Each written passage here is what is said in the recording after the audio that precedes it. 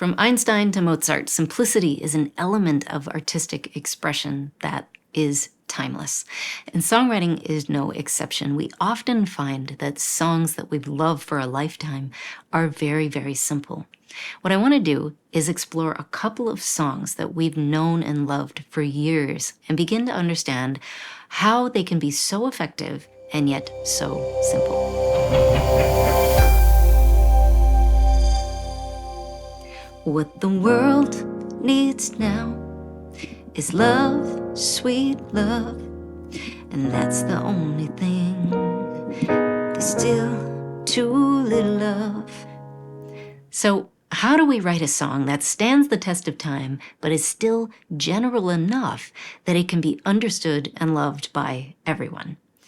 Well, I think in this song, we get the chorus first, which is a very common technique way back when this song was written. This one is written by Burt Bacharach and Hal David, and they knew a little bit about writing songs. Now, there's things that we can do if we want to use songs like these to model our own songs after. We can use them as templates. So when we notice that they start with the chorus, we could try that for our song too, but there's some other elements that we can take into consideration here. One thing that's going on is we've got a minor chord here with the world needs now. And I've got movement as well, so it's not just sitting here for a long time as I'm trying to make you listen to something going on in the melody.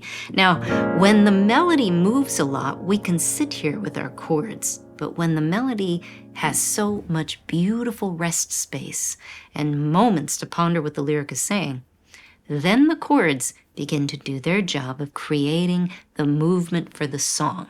So, when we're writing with simplicity in mind, we generally find that we've got one element in the song, either the chords and their movement or the melody, creating most of that movement for any given section. Now, I wouldn't say that this melody alone, dum, dum, dum, dum, dum, dum, is amazing, right? It's partly up to the melody and the lyric together to create the magic that this song is. Now, what it sounds like to me is what the world needs now. It's a suggestion. It's a, hey, look, we can fight about it, and disagree and have many different ideas about what the world needs, but what it really comes down to is this moment. Do you feel that? And that moment of sincerity, of intimacy, of, hey, stop the chatter. It's just about right here, right now. That comes through because of the rest space. Now, sometimes when we're writing our own songs, we might feel that we're cliche. I think a lot of the reason why we feel cliche, and actually it's a good instinct to have, is that we're trying to cram too many ideas into the song. And so when our melody is trying to deliver, lyric, no one thing that we say can be significant. So when everything is trying or vying for center stage, nothing becomes the focal point. So by saying, I'm going to pace the lyric, this is pacing, what the world needs now is love, sweet love. It's not what the world needs now is love, sweet love, and love is the only thing we need, right? Now you're getting so much information packed into a small space that you have to kind of struggle to keep up, and it's not as profound. So when you want to say something that is aiming to say, no, here's one phrase that sums it all up, it's a good idea to pay a lot of attention to the pacing of your lyric, which is carried by your melody, over the chords. And you can choose to slow it down or speed it up, but the rate at which you deliver the thought affects how significant we feel the thought is. Now, another thing that this song does is it uses repetition. Repetition also has the result of slowing things down and putting emphasis on the idea you really want your listener to know. So, what the world needs now is love, sweet love, love. sweet love. It's not what the world needs now is love, and that's the only thing, right? So you give your listener time to take it in. Now in the third line, we get this new idea of it's the only thing, that there's still too little of, okay? Then we go back to the title, so you don't miss it, right? So we get it again. What the world needs now is love, sweet love. Now, if we do the same exact thing in songwriting the second time, people already expect it. So a common tool of any music and songwriting and art and design is that we provide the listener with a new experience, even just a slightly altered experience. And so for us, that can mean a new chord. And interestingly, when you use a new chord at the end of a section, it says, hey, something new is about to happen. Listen up, because it's not what you've heard already. And so here's what they do at the end of that section. No, not just for some, but for everyone. Do you hear that? That is a different chord, a new chord than we've ever heard before. And it leaves me feeling like they're gonna say more, right? But for everyone. And it kind of lets that idea for everybody pop out. Not much new elements here is going on, but it's so simple.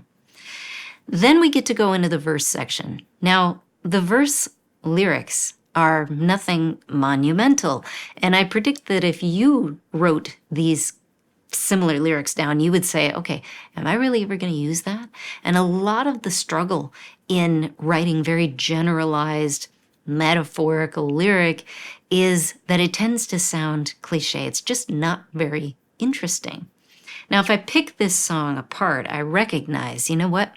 Everybody knows the chorus of this song. It really hinges on the chorus, and that's the first section we hear. And so when I go and I listen to the verses, I realize, well, they're not trying to also be the centerpiece of the song. They're just supporting the chorus. So sometimes our verses are just providing contrast or a different mood and sound so that we can get back to the chorus and it to feel fresh and new again. So here's what the verse of this song does, so you can see what I mean. In this song, it just sits on this chord for a long time. Now, the idea here is that the contrast between the verse and the chorus is what creates the interest when we go back to the chorus. So you want to make sure that your verse sounds different. And here, what they've done is they've given us one chord for the whole line for a long time. And that creates contrast. The lyric is, Lord, we don't need a mountain. And so it's saying in the chorus, here's what we need. We need love. And here's what love is like. And the verse says, here's what we don't need. You see that contrast? It's just very simple. They talk about the one thing and they talk about the other. And so we don't need a mountain. And then the next chord is just going around these 2-5-1s kind of feeling. And it talks about we don't need another mountain to climb. Okay, so just general language about what we don't need. And then it goes and it says, there are oceans and rivers enough to cross until the end of time. So the whole verse talks about the challenge, right? And so that when you get back to the chorus, which comes right after that verse, there's no pre-chorus, what you get is, so what the world needs now. It's just such a beautiful answer to what the verse had said. All right, so here's the beauty of simplicity in this song. The chorus is where we all want to come back to in this tune. And we might like the verses, but the chorus is the centerpiece. So when you're writing a song like this, it could be helpful to try to write the chorus first. Another idea is the song isn't really striving. It's not striving vocally. It has harmonic interest for sure, but that harmonic interest is created by more frequent chord motion in the chorus, less frequent in the verse. The verses tell a story about what do you not want? What's the challenge? Because the chorus is, here's the answer. Here's the solution. This is a really great way to write these kinds of songs. Now, another thing I notice about the lyric is that it's nature focused. There's mountains and streams, right? And oceans and hills and climbing. And so it uses lyrics that are all kind of associated by the same central idea that out there in the world, there's natural phenomena, and the whole section is about that one thing rather than jumping around to other objects or ideas or concepts. So try this in your own songwriting by choosing a lens or an object that you can use as a metaphor to provide you with all of the images that you're going to use in your verse section. Now, we might wonder, well, where do we go for the next verse? After you get a chorus and a verse and a chorus, what ideas would you have for the next verse? Well, in this song, they do go back to more imagery related to earth and the world. They talk about cornfields and sunbeams and saying there's enough of all that.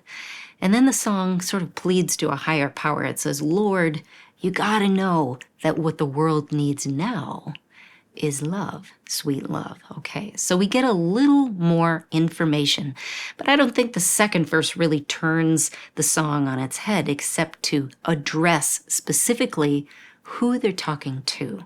And so this could be something that you take into your song. Wonder, who am I writing this to? And it could be your audience, or it could be higher power. It could be the sense that you're just sort of pontificating and wondering about who you can ask to make a change or to have something better, like these songs usually are.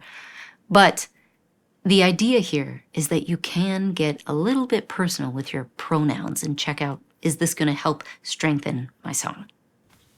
Now, one last thing that I want to focus on in this song, because the chorus is so important, is the setting of the title. Now, that repeated idea, what the world needs now, is so beautifully said. What the world, do you hear that as a pickup? What the world, everything is on a quarter note. Dum, dum, world needs now is love, sweet love. That setting is so calming, it's so home, that it creates this feeling that it's secure, it's true for all time. So when you are setting your own message, if it's a solution-oriented message or peace, calm, love, joy, hope, and there shouldn't be a lot of tension in that, consider the rhythm of your melody and just keep playing with it until you feel like, yeah, I think I've got this in a centered space as opposed to syncopated or tense on maybe an and of a downbeat, where you would get something that feels like it's kind of jagged or pushing or anticipating something. But here we feel very resolved. These are tools that, whether you know what they're going to create or not, when you start thinking about how to apply them, it doesn't really matter. Just play with them until you get something that resonates with your heart, something that felt intrinsically right when you initially did it. Now, there's another song that Jackie DeShannon sings that is beautiful in simplicity and timeless, and it's called Put a Little Love in Your Heart. Everybody knows this song. And if you don't know it, you feel like you've known it all your life. So this song has a form in which it's just one long initial section, and then that musical section repeats. It becomes the whole song, really. It's not this verse, chorus, bridge kind of form that we hear a lot these days. It starts with sort of this commanding language. She's saying, do this, do that, think of your fellow man. So she's addressing all of us. This is another hallmark of these timeless songs is, yeah, the themes and the content really pertains to all of us, but she's also speaking directly to us with the point of view. It's really effective. Now, there's two lines that match in melody. Now this one, the melody's doing all the work. It's moving a lot while the chords stay in one place. Let me show you.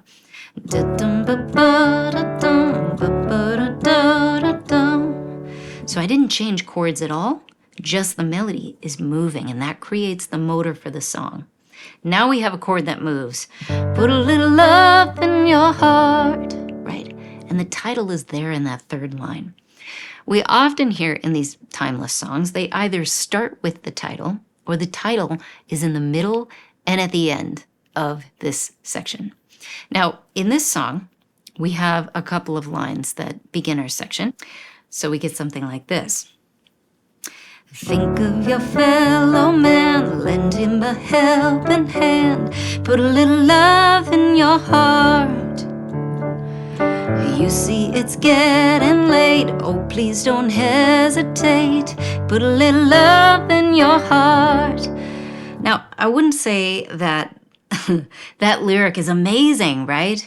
It's, you see it's getting late, oh please don't hesitate. It definitely feels like it rhymes, and it's creating beautiful connection within the lyric because of that. So sometimes in songs like these, we talk ourselves out of writing them, I think, because we feel like, oh man, it's so general. Is it good? You know?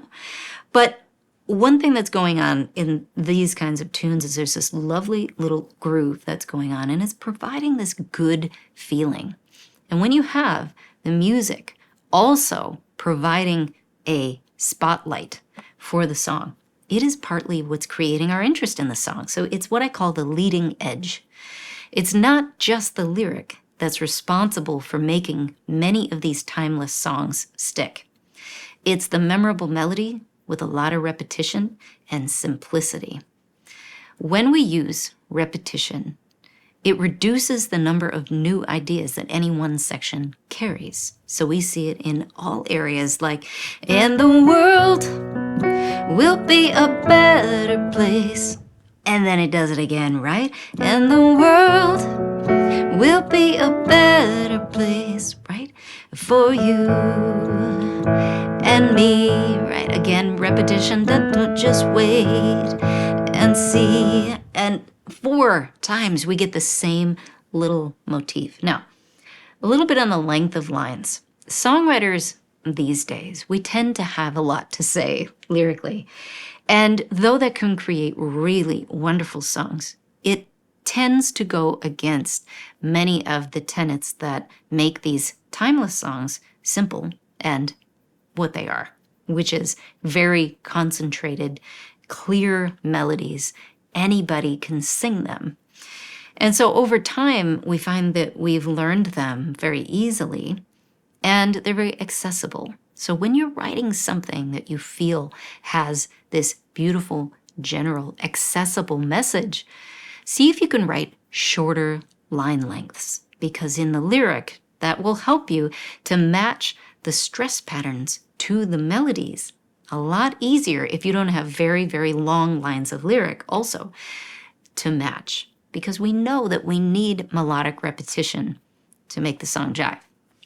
Now, just like What the World Needs Now, this song has the same duality of message where we've got love, and put a little love in your heart, and here's what that feels like, the good things. And then we flip the coin and we see the other thing of, hey, it's getting late and the children are crying. There's tough stuff, and that's why you need to put a little love in your heart. Now, the tough stuff goes in the verse, right? Or the later portions as the song begins to develop. We don't start with that. We start with the uplifting message. And that's where the musical settings of these songs come from. They are calming or reassuring or encouraging or inspiring. And so this gets back to a tool in songwriting that I call Vantage point. And the Vantage point says, this is the point in time from which I'm singing this song. It's a plea for us all to look at what love could look like if we just put it in our heart. And that smile on my face is expressing where I feel the music is sitting for this song. So it's not that she has to go and get darker when she starts talking about the children crying or, come on, it's late. She remains in this mood of assurance that we can do this. It's going to be all right. This optimism, this hope. Every song we write, the first measures of music establish the vantage point. It's the musical mood that our character is in that will last the length of the song. And so we always take on either a sense of optimism or a sense of doubt or a sense of sadness or any other feeling that characterizes the musical mood. And so when you're writing these kinds of songs that are general enough to be accessible to everyone and timeless in nature, make sure that the harmonic rhythm, the mood and the groove that you are first laying down for the first few seconds of the song are something that you would want to listen to that characterize that feeling for years and years to come. So it's sometimes difficult to find songs like this that are truly desperate in nature because we want that feeling of optimism to be the overarching feeling that we're leaving the listener with. So let your mood in your music characterize that from the very beginning and spend some time finding that mood for yourself if you feel like you're not quite there. Simplicity is worth working for when you're writing your songs. It's what gives you a potent, clear message. So when you're writing, give yourself a little green light to just be general or maybe even be cliche for just a little while you're writing. And see if when you strip away words and simplify your musical ideas, those ideas become more profound as there is less clutter to kind of pad their effect. I hope you found this video helpful and encouraging in writing change songs, which we can never have enough of in our world today. If you found this video helpful, I would love to have you back. Like and subscribe to this channel. If you're looking for a community with other musicians who have the same goals and aspirations as you do with your music, come and check out the EMC Institute. It's my popular music school where we offer live classes taught by myself and other colleagues in music theory, chords for songwriters, critical listening, all the good stuff we need to talk music and level up our writing. Just click the link to learn more. I'll see you there.